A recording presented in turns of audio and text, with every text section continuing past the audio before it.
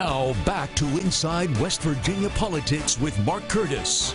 And welcome back this weekend to Inside West Virginia Politics. We want to continue our discussion about legalizing or decriminalizing marijuana in the Mountain State. We've heard the pro side. Let's hear a voice against. Joining us right now is Republican State Senator Mike Azinger of Wood County. Good to have you on the program, Thank you, Mark. Senator. Good to be here. Well, you are not a fan of, no. We'll maybe get into medicinal cannabis, which you have concerns about too, but what about the legalization of adult use cannabis for people over the age of 21 in the state? Why are you opposed? Well, fundamentally, let's start at first principles. Do we as a state, as the adults in the state, the lawmaking body, do we want to say to the people of West Virginia, especially the young people, the teenagers, do we want to say that making lawful the use of a mind-altering drug is okay? We don't want to do that, in my strong opinion.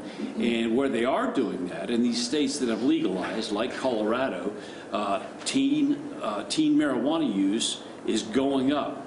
These medical marijuana states, teen marijuana use is going up. Pot-induced schizophrenia, up 150%.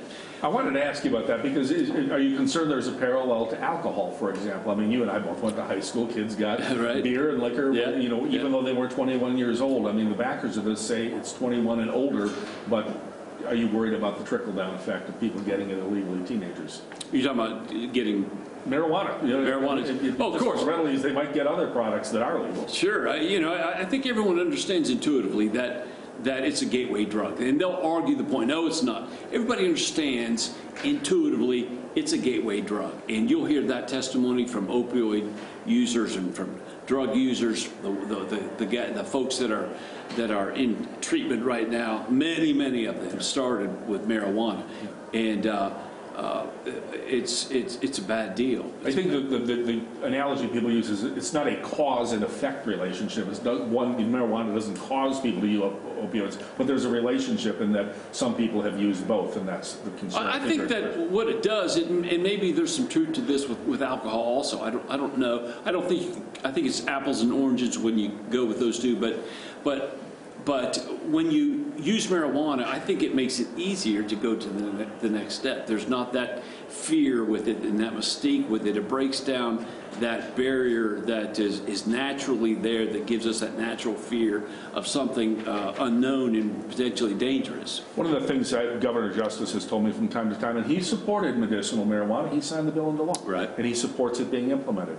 But when it comes to legal, he said we've had too many problems with opioids in the state. We still haven't solved that and gotten our arms around that to any great degree to stop it. Why should we introduce something else in the mix with marijuana? I think that's a great point. It's ironic, isn't it, that we have this drug epidemic. Every town has their young people, middle-aged people wandering the sidewalks with their backpacks. Everyone knows who they are. Everyone knows it's a problem. Everyone has a fear of these folks potentially because of what they could be doing and the crime that could be involved there. But well, let me ask you this. Why do you then, I mean, a lot of people agree with you on that. I get that. But you were an opponent of medicinal marijuana, which had wide bipartisan support. A lot of your fellow Republicans say, what are your concerns? That's a fair question. I think medicinal marijuana, every state that has become a marijuana legalization state, whatever you call it,